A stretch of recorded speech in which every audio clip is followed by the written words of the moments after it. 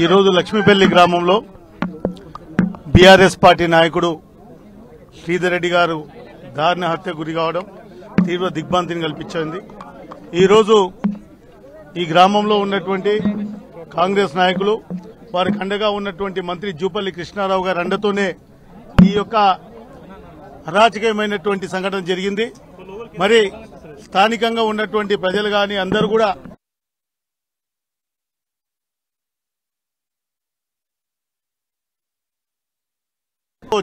శ్రీధర్ రెడ్డిపై అభాండాలు వేయడం, శ్రీధర్ రెడ్డిని అవమానపరిచే విధంగా వారు చనిపోయినాక సోషల్ మీడియాలో క్రియేట్ చేయడం జూపల్లి గారి అనుచరులకు మాత్రమే దక్కిందనే విషయం చెప్తా ఉన్నాం. ఖచ్చితంగా మాకు నమ్మకం ఉంది.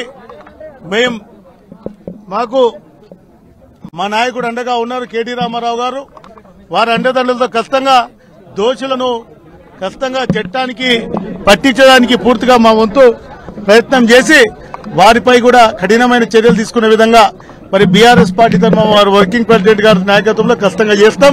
రేపు ఈ రోజు మా నాయకుడికి జరిగిన సంఘటన జరిగిన వెంటనే తాను సుమారు 300-400 కిలోమీటర్ల దూరం నుంచి వెంటనే రావడం, వచ్చి కుటుంబానికి అండగా నిలబడినందుకు కొల్లాపూర్ నియోజకవర్గ బీఆర్ఎస్ పార్టీ తరఫున వారికి కూడా నా ప్రత్యేకమైన ధన్యవాదాలు. అదేవిధంగా ఈ హత్యలో ఇది పూర్తిగా రాజకీయ కుట్రమైన హత్య.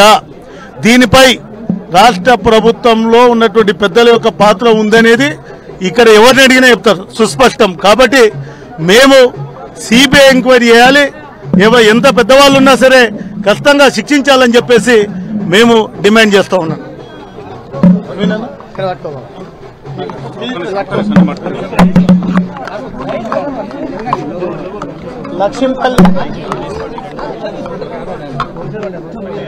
లక్ష్మీపల్లి గ్రామంలో జరిగిన ఈ హత్య పైన పూర్తి స్థాయి విచారణ చేపట్టాలి ప్రభుత్వం వెంటనే.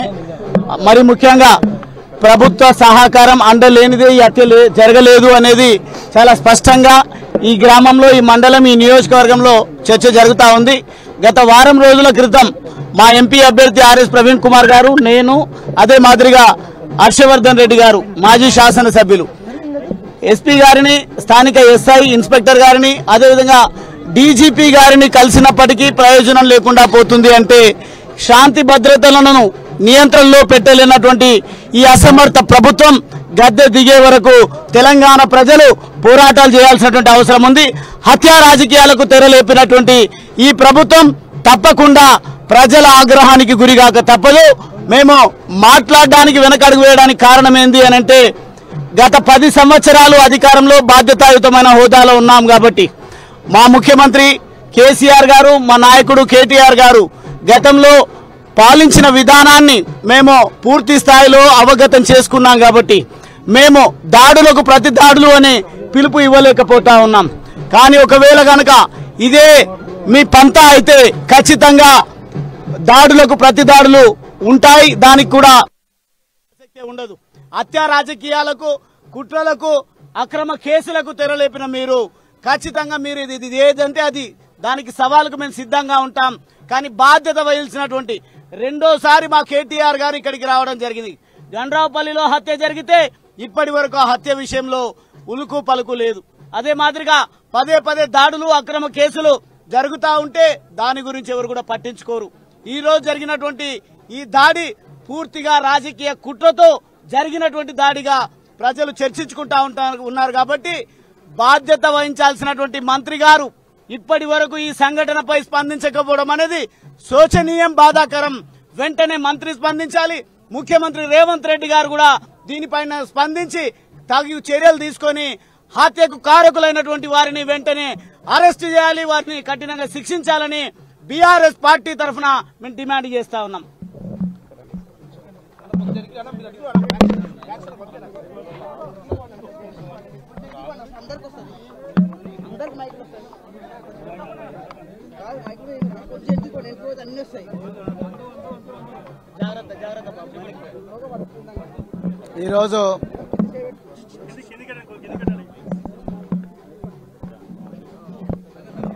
ఈరోజు కొల్లాపూర్ నియోజకవర్గంలో భారత రాష్ట్ర సమితి సీనియర్ నాయకుడైన శ్రీధర్ రెడ్డి గారి దారుణ హత్య అత్యంత హేయమైన చర్య, పిరికి పంద చర్య. దీనికి ప్రధాన కారకుడు జూపల్లి కృష్ణారావు మంత్రి గారు. నేను మళ్ళీ చెప్తున్నా, మరి ఆ రోజు నేను అదేవిధంగా స్థానిక మాజీ శాసనసభ్యులు బీరం హర్షవర్ధన్ రెడ్డి గారు, డాక్టర్ గువ్వల బాలరాజు గారు అచ్చంపేట మాజీ శాసనసభ్యులు, అదేవిధంగా నాగర్ కర్నూలు మాజీ శాసనసభ్యులు మరి జనార్దన్ రెడ్డి గారు, మేమందరం కూడా మా నాయకులు కేటీఆర్ గారి మార్గదర్శనం మేరకు మేమందరం పోయి రాజ్యాంగబద్ధంగా చట్టబద్ధంగా చట్టాన్ని చేతిలోకి తీసుకోకుండా గౌరవ డీజీపీ గారికి మరి రిప్రజెంటేషన్ ఇవ్వడం జరిగింది. మేమేం చెప్పినామండి ఆ రోజు, ఈ ప్రాంతంలో జూపల్లి కృష్ణారావు గారు మంత్రి అయినప్పటి నుంచి గూండాలకు, కాంగ్రెస్ గూండాలకు హద్దు అదుపు లేకుండా పోయినాయి. వాళ్ళు చెప్పి మరీ దాడులు చేస్తున్నారు. ఈ రోజు మిమ్మల్ని కొడతాం అంటే వచ్చి మార్నింగ్ కొడుతున్నారు. మిమ్మల్ని పోలీసు వాళ్ళు అరెస్ట్ మేము కాము అంటే కాకుండా బాజాప్తా తిరుగుతా ఉన్నారు. మిమ్మల్ని పోలీస్ స్టేషన్లో పడేస్తామంటే పడేస్తాం. మీ ట్రాక్టర్లు సీజ్ చేస్తామంటే సీజ్ చేపిస్తా ఉన్నారు. మీ జేసీబీలు సీజ్ చేపిస్తామని చెప్పి మరీ సీజ్ చేపిస్తా ఉన్నారు. పోలీసుల కళ్ళ ముందరనే దారుణంగా దాడులు జరుగుతున్నాయి బీఆర్ఎస్ కార్యకర్తల మీద. మొన్న అచ్చంపేటలో ఏం జరిగింది, పోలీసోళ్లు ప్రేక్షక పాత్ర వహిస్తున్నారు. 20 మంది గుండాలు గుత్పకట్టెలు పట్టుకొని వచ్చి బాలరాజ్ అనే ఒక కార్పొరేటర్ మీద దాడి చేసిండ్రు, వాళ్ళ కుటుంబ సభ్యుల మీద దాడి చేసిండ్రు. కనీసం వాళ్ళ చేతుల కర్రెలు కూడా గుంజుకోవడం లేదు. ఈ చిన్నంబావి ఎస్ఐ రమేష్ గారి మీద మేము 100 సార్లు ఇక్కడి డిఐజీకి తర్వాత ఎస్పీ గారికి కంప్లైంట్ చేసినాం. ఆయన వన్ సైడెడ్ చేస్తున్నాడు. జూపల్లి కృష్ణారావు గారి మంత్రి అండ చూసుకొని ఇక్కడ చిన్నంబావి మండలంలో ఈ కార్యకర్తల మీద విపరీతంగా దౌర్జన్యాలు చేస్తా ఉన్నాడు. అక్రమంగా కేసులు పెడుతున్నారని చెప్పినా కూడా ఇంతవరకు ఉలుకు లేదు, పలుకు లేదు.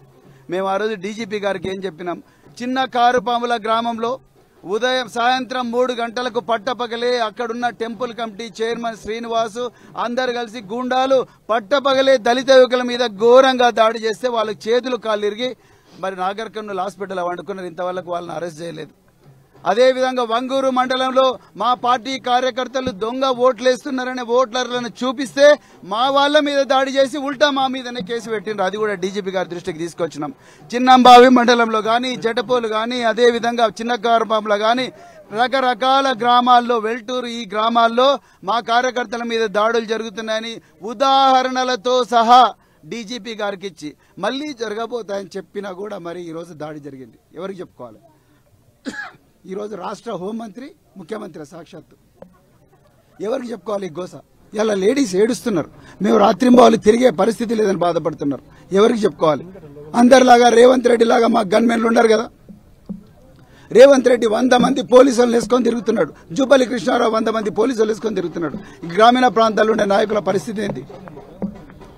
ఈ రోజు ఇక్కడ జరుగుతున్న ప్రతి దాడికి కూడా మంత్రి జూపల్లి కృష్ణారావు, ముఖ్యమంత్రి రేవంత్ రెడ్డి బాధ్యులు.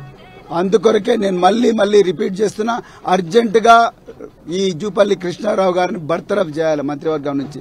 ఈ ప్రాంతాన్ని ఫ్యాక్షన్ జోన్ గా ప్రకటించాలి. సమస్యాత్మక గ్రామాల్లో పికెట్స్ తప్పకుండా వేయాలి. అప్పుడే అదేవిధంగా ఎవరైతే పోలీస్ అధికారులు ప్రేక్షక పాత్ర వహిస్తున్నారో వాళ్ళ మీద అర్జెంటుగా వాళ్ళని సస్పెండ్ చేసి డిపార్ట్మెంటల్ ఎంక్వైరీ ఆర్డర్ చేయాలి. అప్పుడే ఈ ప్రాంతాలకు మరి న్యాయం జరుగుతుంది. లేకపోతే మళ్లీ రాయలసీమ సంస్కృతి మరి తెలంగాణకు వస్తుంది. దానికి కారణం జూపల్లి కృష్ణారావు అయితే మరొకసారి ఈ సందర్భంగా హెచ్చరిస్తున్నా. మరొకసారి మా రాష్ట్ర వర్కింగ్ ప్రెసిడెంట్ కేటీఆర్ గారికి హృదయపూర్వక ధన్యవాదాలు తెలుపుతున్నాం. ఒక కార్యకర్త గాని గ్రామీణ ప్రాంతాల్లో ఒక నాయకుడు చనిపోతే వాళ్ళకి సంఘీభావంగా ఈరోజు 200 కిలోమీటర్లు ప్రయాణం చేసి మాతో పాటు 5 కిలోమీటర్లు శవంతో పాటు నడిచి కార్యకర్తలందరికీ ధైర్యం ఇచ్చిన మరి కేటీ రామారావు గారికి ధన్యవాదాలు తెలుపుతా ఉన్నాను. అదేవిధంగా అందరూ కార్యకర్తలు కూడా ఎవరూ ఐదార్యపడాల్సిన అవసరం లేదు. మీ అందరి వెనక ఒక గొప్ప నాయకత్వం ఉన్నది. మీకు చీమ గుట్టినా కూడా ఊరుకునే సమస్యనే లేదని ఈ సందర్భంగా చెప్తూ మరొక్కసారి శ్రీధర్ రెడ్డి గారి హత్యను ఖండిస్తూనే మరొక్కసారి ఇలాంటివి జరిగితే మాత్రం రేపు మేము కూడా రోడ్ల మీదకి రావాల్సి వస్తుందనే విషయం కూడా హెచ్చరిస్తూ ముగిస్తున్నాను. Thank you.